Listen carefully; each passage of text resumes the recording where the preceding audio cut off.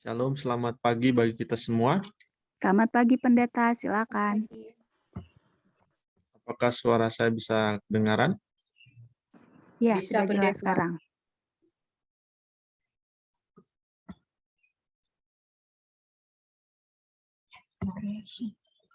Halo? Iya. Iya, Kapten. Kedengaran suaranya. Sepertinya Oke. pendeta yang tidak dapat mendengarnya. Dengaran suaranya pendeta. Baik, pertama saya mengucapkan terima kasih untuk ministry 24/7. Oke, terima kasih.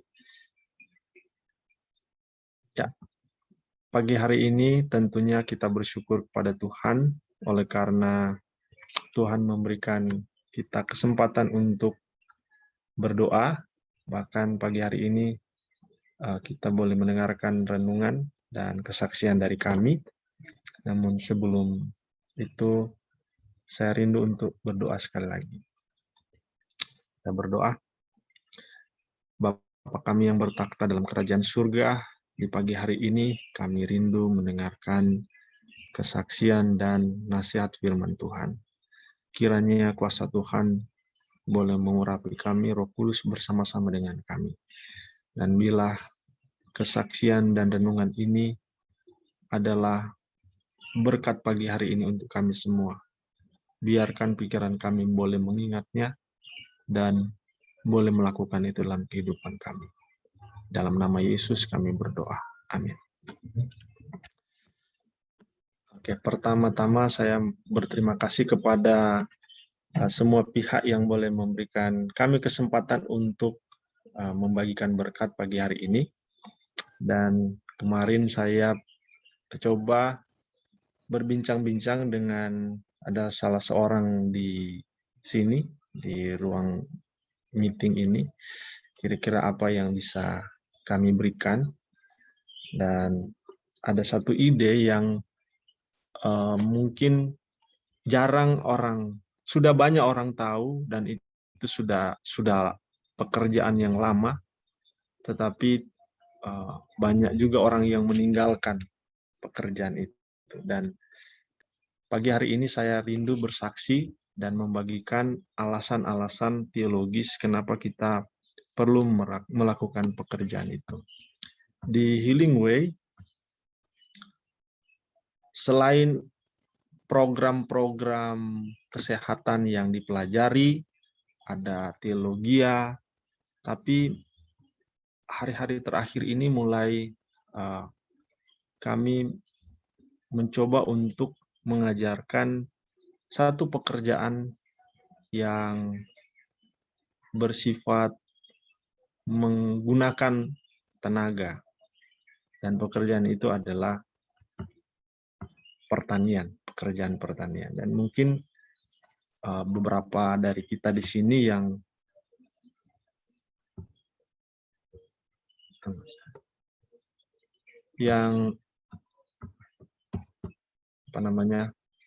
ada yang juga bertani, ada juga yang mungkin bekerja sebagai pekerja di kantor atau di tempat-tempat lain. Tapi saya ingin membagikan alasan kenapa kita perlu mengerti pekerjaan ini. Ada hal yang sebetulnya kalau kita tekuni, ada banyak berkat yang kita akan dapatkan. Sebetulnya pekerjaan pertanian juga saya dapati bukan di Healing Way sebetulnya. Waktu saya memang orang di desa, saya dibesarkan di desa, keluarga saya petani, tapi saya nggak terlalu suka pekerjaan itu sebelumnya.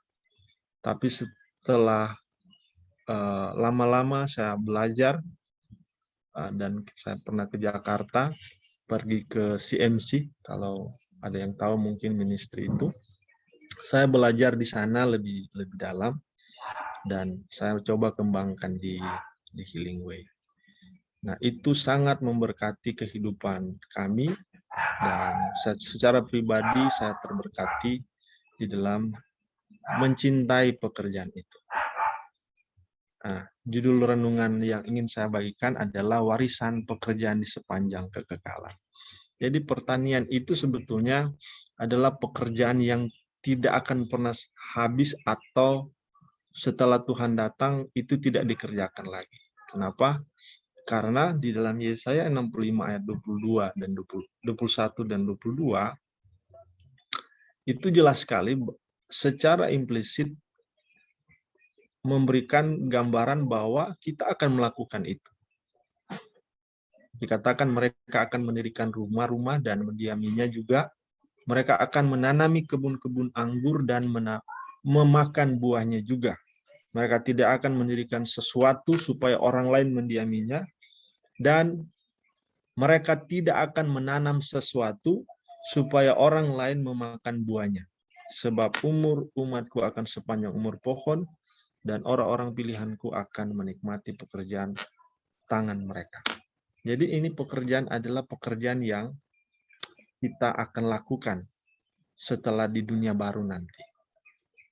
Makanya alasan teologis mengapa kita harus mempelajari pekerjaan pertanian, paling tidak mengenali pekerjaan itu dan memberikan dorongan kepada orang-orang muda. Bagi yang sudah tua mungkin tidak mungkin lagi atau sudah pensiun. Tapi kita perlu mengerti dan berusaha menanamkan kepada anak-anak, kepada orang-orang muda, khususnya orang-orang muda kita, betapa pentingnya pekerjaan ini. Kita akan lihat kenapa ini penting.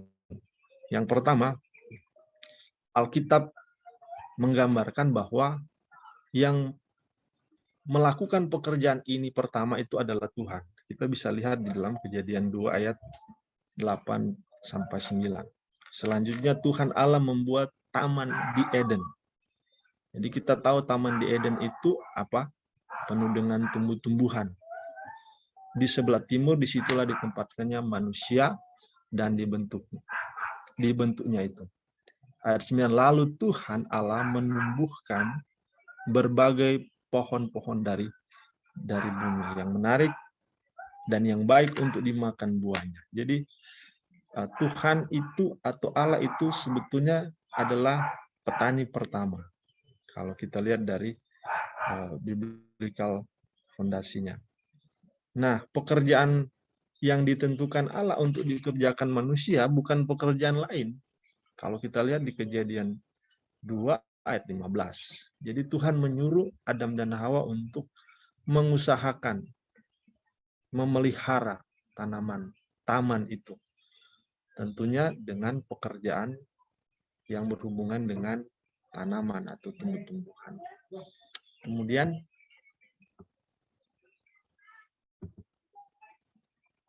pekerjaan manusia setelah jatuh dalam dosa sama. Tuhan suruh untuk mengusahakan tanah. Hanya berbeda, mereka harus bersusah payah dan mengolah itu karena tanah sudah dikutuk oleh Tuhan. Kita tahu cerita di Kejadian pasal 3, manusia jatuh dalam dosa.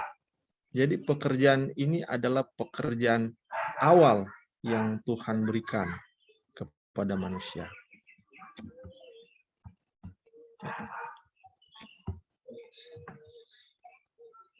Tapi pekerjaan ini kita lihat pekerjaan yang ditinggalkan Kain dan mengakibatkan keturunan Kain merosot. Jadi kita tahu di pasal Kejadian 4 ayat 2, Kain menjadi seorang petani. Tapi ketika dia pergi di hadapan Allah di ayat yang ke-16, ayat 17, Kain memilih mendirikan kota. Dia beralih profesi dari bertani kepada membangun sebuah kota. Kita lihat hasil di Kejadian pasal 4 ayat 16-24, bagaimana keturunan Kain atau tabiatnya itu. Ada praktek poligami di situ. Ada pembunuhan yang terjadi. Ada keturunan yang ahli musik, tapi musik apa kalau kita renungkan? Musik apa yang dihasilkan ketika seseorang meninggalkan Tuhan? Ya, pasti hiburan kan? Jadi menyenangkan diri. Waktu mereka berternak, orang yang meninggalkan Tuhan, memilih kehidupannya sendiri, ketika berternak tujuannya apa? Ya, untuk dimakan ya. Jadi selera makan. Kemudian ada pandai besi di keturunan Kain. Industri terjadi. Jadi efek daripada Kain meninggalkan pekerjaannya yang pertama, maka hasilnya adalah karakternya merosot. Itulah sebabnya Ellen White dalam Membina Keluarga Bahagia, halaman 133, mengatakan, pekerjaan yang suka berpikir dalam mengolah tanah akan menemukan harta benda seakan bermimpi yang terbuka di hadapannya. Tidak ada seorang yang sukses di bidang pertanian atau perkebunan dengan tidak memperhitungkan undang-undang yang terlibat di dalamnya. Keperluan khusus dari segala macam tanaman harus dipelajari. Aneka ragam tanaman yang berbeda-beda memerlukan tanah yang berbeda dan pengolahan yang berbeda, dan penurutan kepada peraturan yang berlaku untuk masing-masing adalah syarat untuk berhasil. Membutuhkan perhatian dalam memindahkan tanaman sehingga tidak satupun kulit akar terdesak atau salah satu tempat pemeliharaan kepada tanaman-tanaman yang muda itu, pengebirian dan siraman, perlindungan dari udara dingin pada waktu malam dan sinar matahari pada waktu siang, mencabut rumput-rumput, memusnahkan penyakit dan hama, perawatan dan susunan. Hal ini bukan saja suatu pelajaran yang penting tentang perkembangan tabiat, melainkan pekerjaan itu sendiri adalah suatu alat perkembangan. Jadi, pertanian atau bertani adalah salah satu cara Tuhan untuk mengembangkan tabiat. Ini alasan kenapa kita perlu mengerti betapa pentingnya pertanian itu atau bekerja bertani. Dan Allah sudah mencontohkan itu di slide-slide sebelumnya. Ketika Kain meninggalkan pekerjaan itu, kita lihat karakter atau tabiat dari keturunannya itu merosot. Apa yang Tuhan katakan di dalam Membina Keluarga Bahagia? Ciri-ciri tabiat yang engkau sayangi ketika masih hidup tidak akan diubah oleh kematian atau oleh kebangkitan. Engkau akan bangkit dari kubur dengan perilaku yang serupa sebagaimana dinyatakan dalam rumah tanggamu dan dalam masyarakat. Yesus tidak mengubah tabiat itu pada waktu kedatangannya. Pekerjaan mengubahkan haruslah dikerjakan sekarang. Kehidupan kita sehari-hari menentukan nasib kita di masa depan. Jadi keuntungan kita bertani adalah salah satu cara Tuhan untuk sebetulnya merubah karakter kita, merubah tabiat kita, karena tidak ada perubahan tabiat ketika Tuhan datang. Waktu kita bangkit, tabiat kita yang kita pupuk waktu kita masih hidup akan seperti itu. Itulah alasannya kenapa Tuhan menyuruh kita untuk bertani. Alasan yang lain adalah cara yang sempurna menerapkan pola hidup sehat New Star itu bertani atau hidup di pedesaan untuk bertani. Tidak ada res yang baik ketika kita di kota. Atau air yang bersih, semua air kebanyakan daur ulang. Udara yang bersih tidak ada di kota. Dan kita sudah tahu New Star. Istirahat, percaya, kita sibuk dengan pekerjaan-pekerjaan kita di kota. Makanya kalau kita mau menerapkan New Star yang sempurna, ya hanya hidup di pinggiran kota, bercocok tanam, walaupun mungkin itu bukan profesi utama kita, tetapi paling tidak kehidupan kita sudah berada di dekat alam. Alasan yang lain adalah ketahanan pangan. Wahyu 13 ayat 17 kita tahu bahwa ini adalah isu akhir zaman, masalah jual beli. Orang tidak bisa lagi membeli ketika tanda binatang itu telah dipaksakan. Waktunya akan segera tiba ketika umat Tuhan, karena penganiayaan akan tersebar di banyak negara. Mereka yang telah menerima pendidikan serba bisa, termasuk pertanian, akan mendapat keuntungan besar dimanapun mereka berada. Berulang kali Tuhan menasehatkan agar anggota jemaat kita membawa keluarga mereka keluar dari kota ke pedesaan.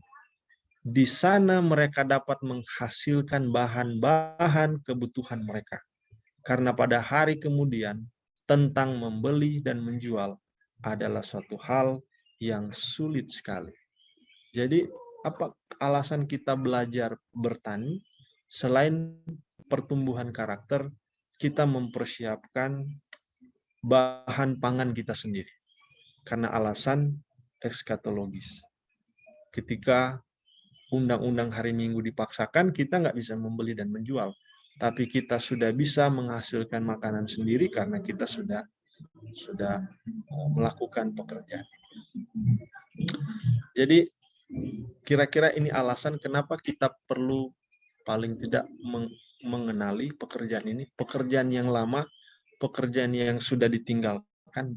Mungkin masih ada yang bertahan, tapi pada umumnya pekerjaan ini ditinggalkan. Pekerjaan yang seharusnya umat Tuhan tekuni, karena kalau kita berbicara dari Kejadian sampai Wahyu, ada banyak sekali ayat-ayat yang mendukung, walaupun secara implisit, bagaimana seharusnya umat Tuhan itu bekerja.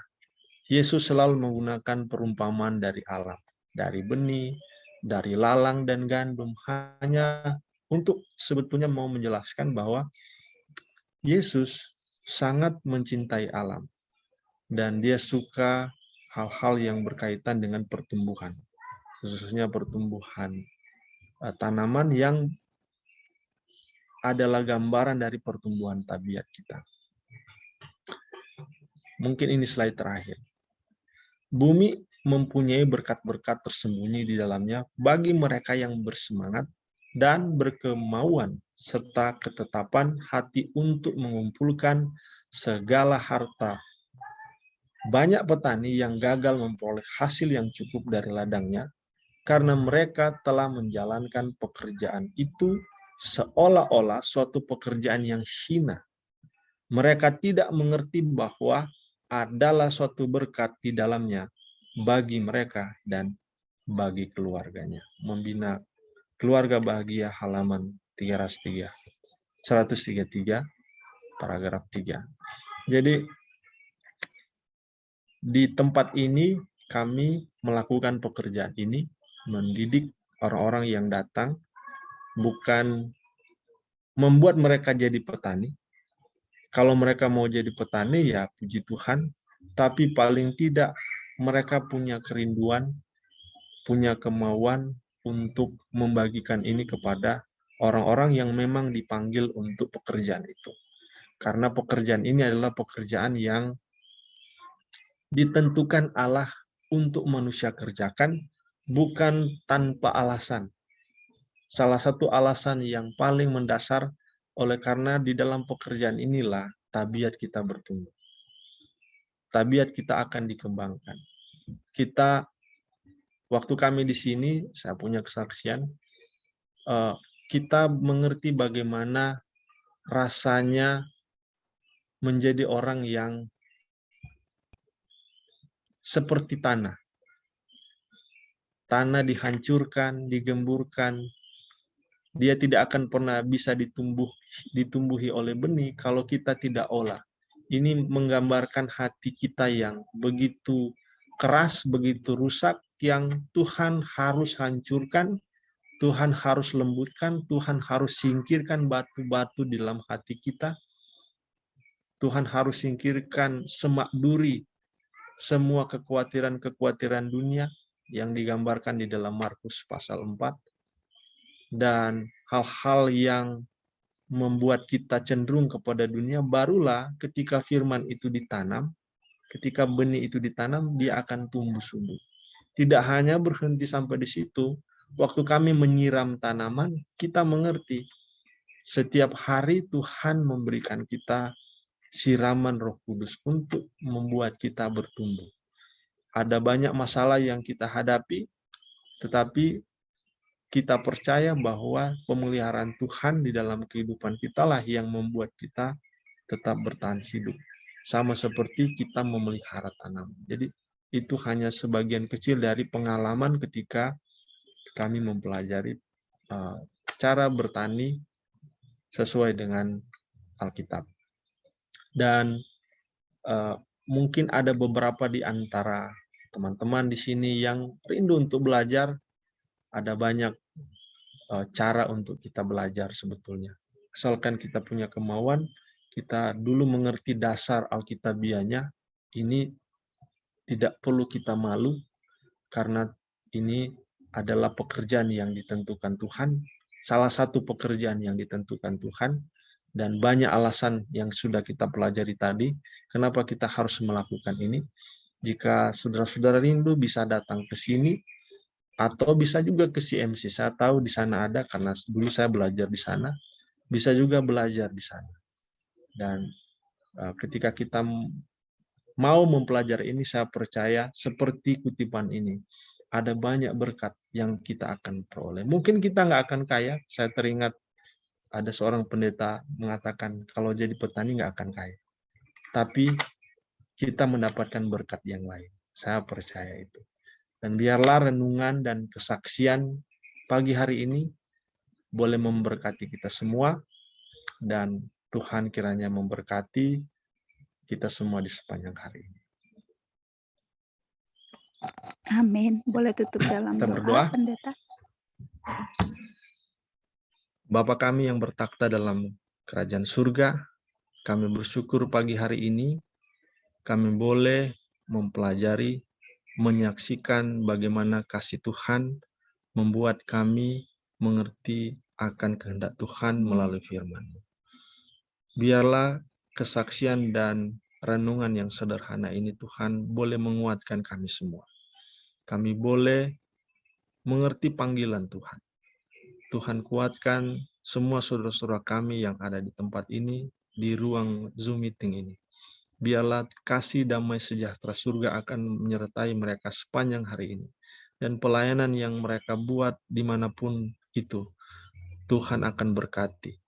Dan setiap hari kami boleh bertumbuh dalam pengenalan akan Tuhan. Biarlah kami serahkan semuanya ke dalam tangan Tuhan, apa yang kami bawakan pada pagi hari ini, kehendak Tuhan yang jadi, kami belajar untuk semakin kecil, Engkau semakin besar. Karena kami berdoa hanya di dalam nama Anak-Mu Yesus Kristus Tuhan dan Juru Selamat kami. Amin.